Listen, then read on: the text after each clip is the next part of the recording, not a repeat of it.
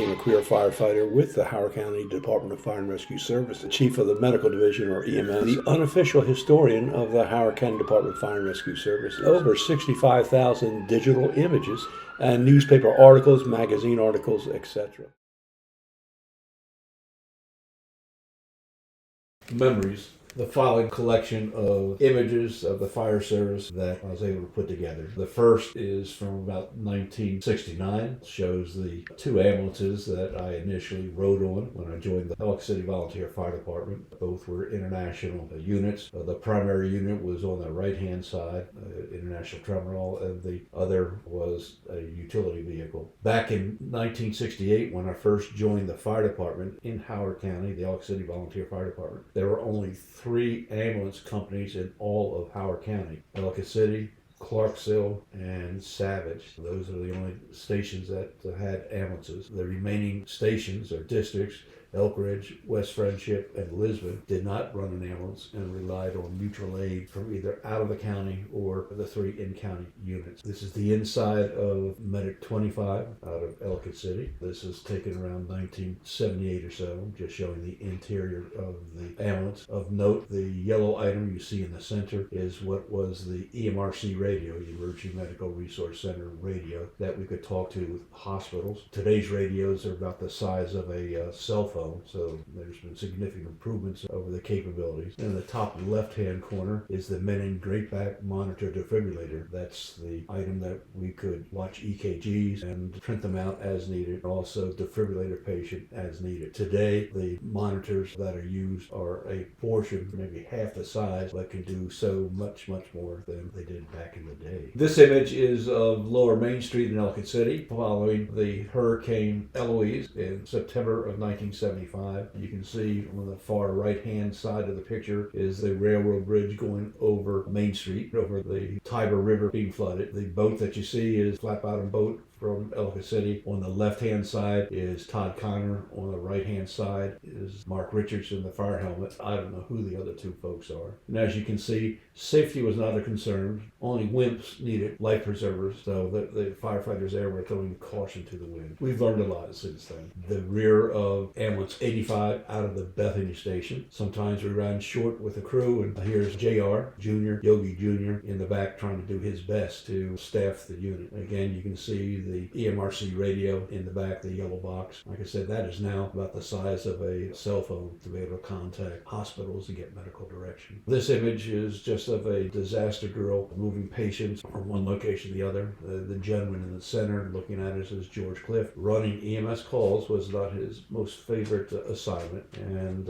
he probably goes down in history as getting the most refusals from patients, so he could shorten his time on the ambulance. We all loved him, but EMS was not his forte. This is the Bonneville ambulance that Ellicott City had around 1966. In fact, the first time I ever drove an ambulance was this rocket. Many interesting stories that are associated with this particular unit. It was involved in a major accident. Also, on a given day, I was responding to a potential cardiac arrest in Town and Country Boulevard. We're heading west on Main Street when all of a sudden the hood of the ambulance came up and came back, would have gone through the front windshield of the ambulance, and I was riding in the officer's seat, would have come through the front windshield had it not hit the siren. The siren kept it from collapsing and going through the windshield and potentially causing bodily injury to the driver and myself. We got out, forced the hood back down, turned around, went back to the fire station and got the second ambulance out. But that had quite a storied career. This is the DeSoto ambulance, first ambulance that the Howard County Ellicott City Volunteer Fire Department had. Actually, it was purchased from a Higginbottom funeral home and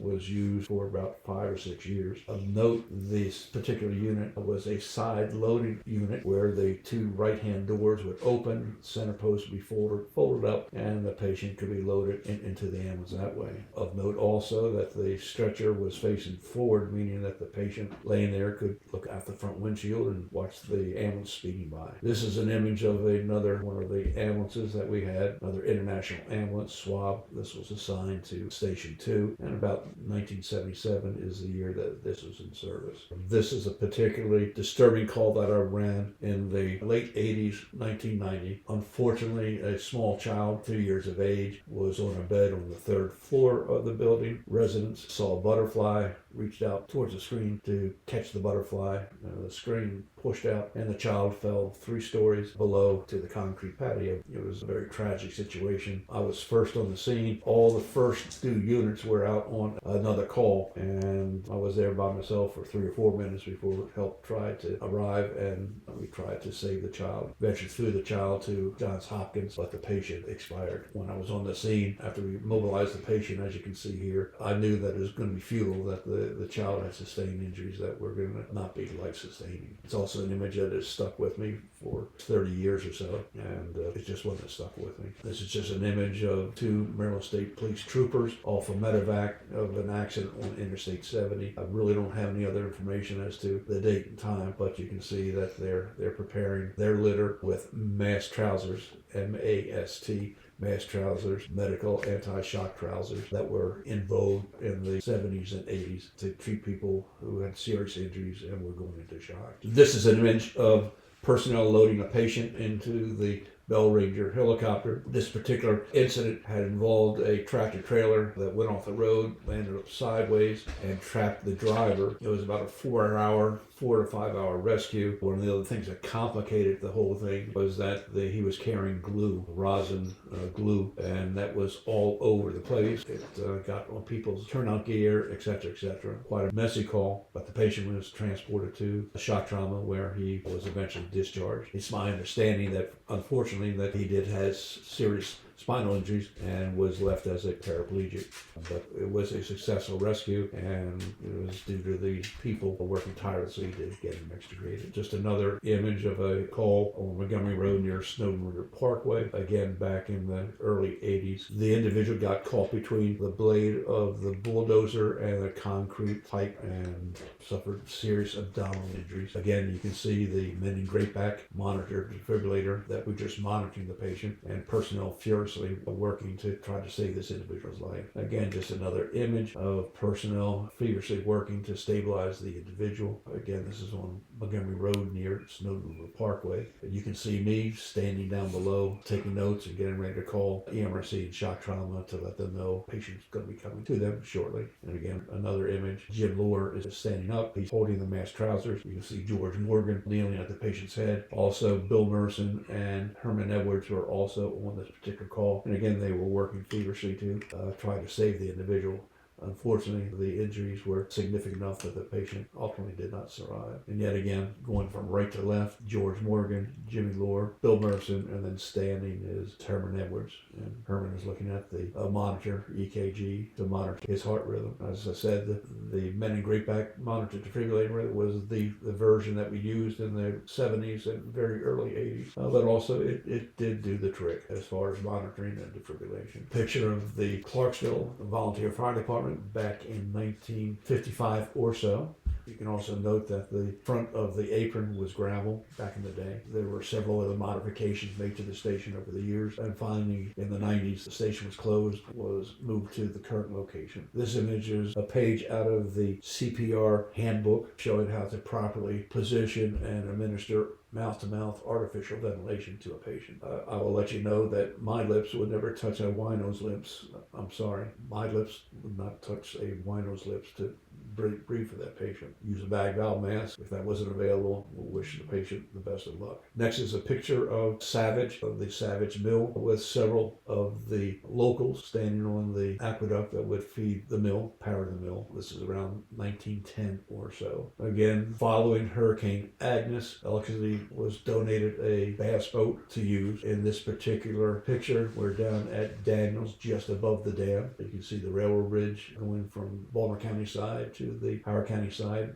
in the distance. This is boat training that we were going through. Left to right, that's me on the left, then Dave Saunders, then Mark Richards, and Sean Kelly. And apparently the operator, DNR operator of the boat, could walk on water. He didn't need a life preserver. The boat itself was great for fishing, was great for body retrieval in a lake or whatever, but was terrible in white water. In fact, if you try to do a whitewater rescue, that boat would flip over and become useless. Again, a picture of the boat 8 on the trailer Looks nice, great for bass fishing, but not really good for swiftwater rescue. Picture of the annex of the Elk City Volunteer Fire Department. The main station would be just to my left on the other side of the street. Again, you can see some of the equipment there at that time. Two ambulances, ambulance 25 on the right, car 20, then truck 2, and then squad 2, and then one of the two engines, either engine 21 or 22 American LaFrance engine. I rode and drove each of those in my tenure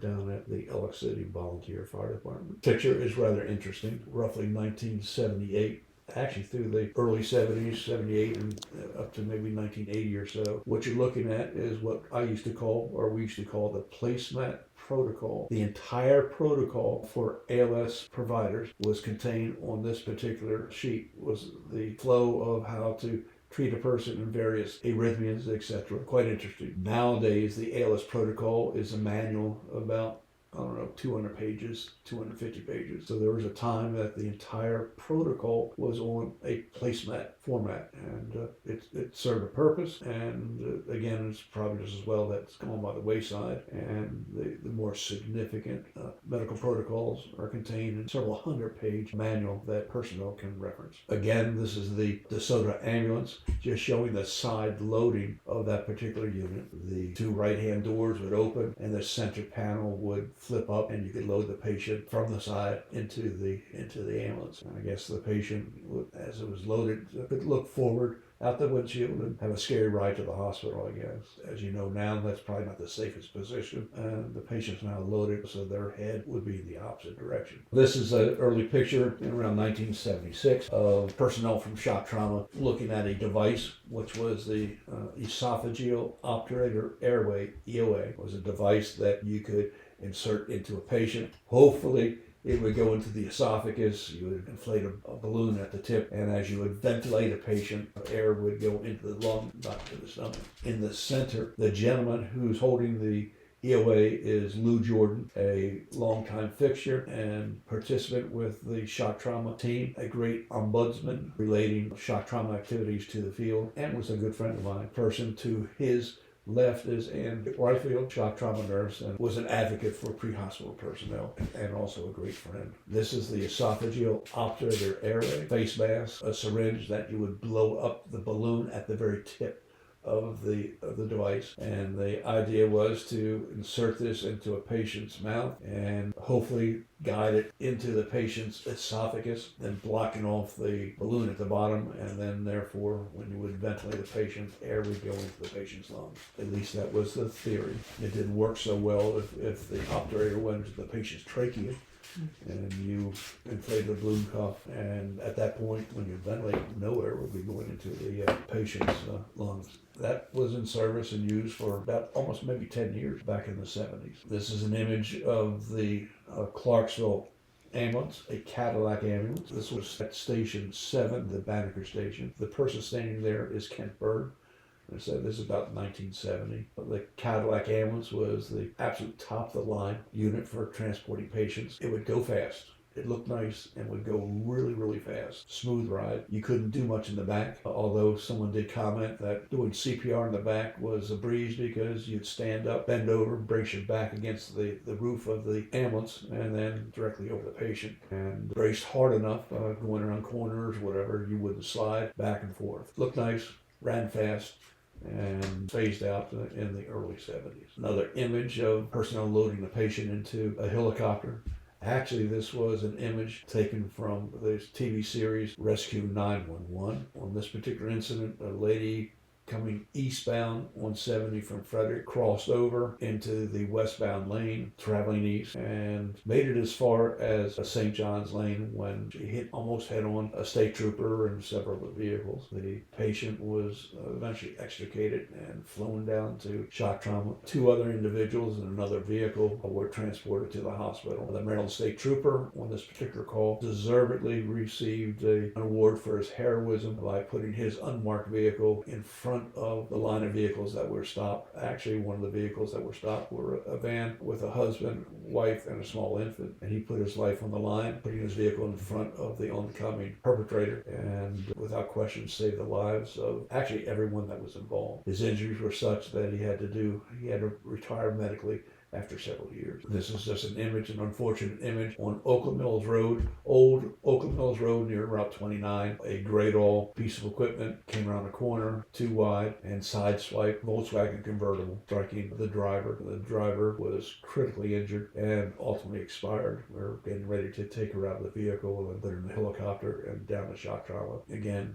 unfortunately, the patient expired. Around 1974 or so, there's this picture just showing two individuals from the Elk City Volunteer Fire Department at the scene of an accident at Bethany Lane and Fording. They've just finished loading the patient. The firefighter on the right is Ricky Barnes, and the firefighter on the left, I believe, is Martin Lepore. Both of them love riding the ambulance. Another fender bender, this time on Centennial Lane, involving a school bus and a car. One of the individuals working on the stretcher is actually Mark New, who now is the coordinator for testing and certification down at MIN, but he was on this particular call, would be transported to Howard County General Hospital. A fender bender, I'm assuming on Route 1, patient is in very critical shape, especially when I look at the picture and I see the EOA box, that little yellow box. It's not going to bode well for the patient. A couple more antiques of items that were the rage back in the day, back in the 70s or so. Positive pressure ventilation devices called Elder valve. You place that over the patient,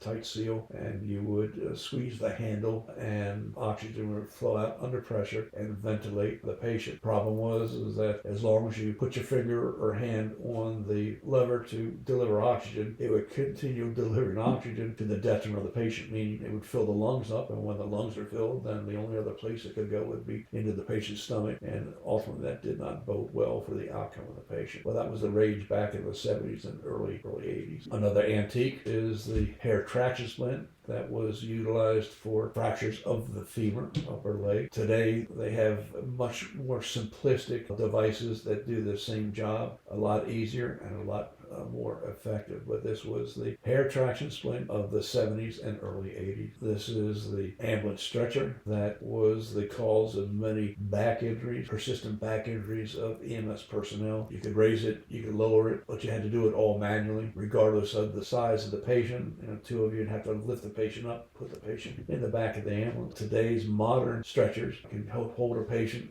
several hundred pounds, 300-400 pounds, to be lifted electronically and placed in the back of the ambulance electronically. Back in the day, no such thing. Two people would have to handle the stretcher, and that same 200-400 pound patient would have to be lifted manually and placed into the back of the ambulance. And many times, just two of you, and that 200-pound, 250-pound patient plus the 50 pounds of stretcher would have to be manhandled by just two people on the rocket meeting ambulance. Another image of Interstate 70 by the way station, a motor vehicle accident that injured 4, 5, or 6 or 7 different people. At least one fatality, maybe several fatalities. Of note on this, the gentleman on the MRC radio is a young and debonair Randy Stair, who went on to a great career with the Baltimore County Fire Department, one of the stations in Carroll County, but also for the last decade or longer has been in charge of EMS at the Secret Service training facility in Beltsville. In this particular image, Randy is talking to the hospital on the EMRC radio, that yellow box. On the patient is a mechanical device that was referred to as the thumper of the device. When it is properly set up, would do chest compressions. Wherever you set it, it would do chest compressions of 1.5 inches, 2 inches. No matter where you set it up, the piston would go up and down 1.5 to 2 inches. Problem was, if you didn't set it up correctly, piston would still go up 1.5 to 2 inches, but if it's set up incorrectly, where it was over the patient's abdomen or whatever, it's going to be wailing away at 1.5 to 2 inches and could do a lot of damage. This is an early picture of around 1966 or so of a planned disaster drill at Howard High School. In this particular image, you see the Pontiac ambulance out of the Elk City Volunteer Fire Department, but also the early MSP helicopter, sort of a Korean War relic. With this, the patient will be loaded to the outside of the helicopter, strapped in, and flown to the receiving hospital. There was no treatment, just loaded and a quick transport to receiving hospital shock trauma. But this is 1966, and as I said, this is the early version of the Maryland State Police helicopter medevac system. Please use your remaining heartbeats wisely and not waste a single precious one.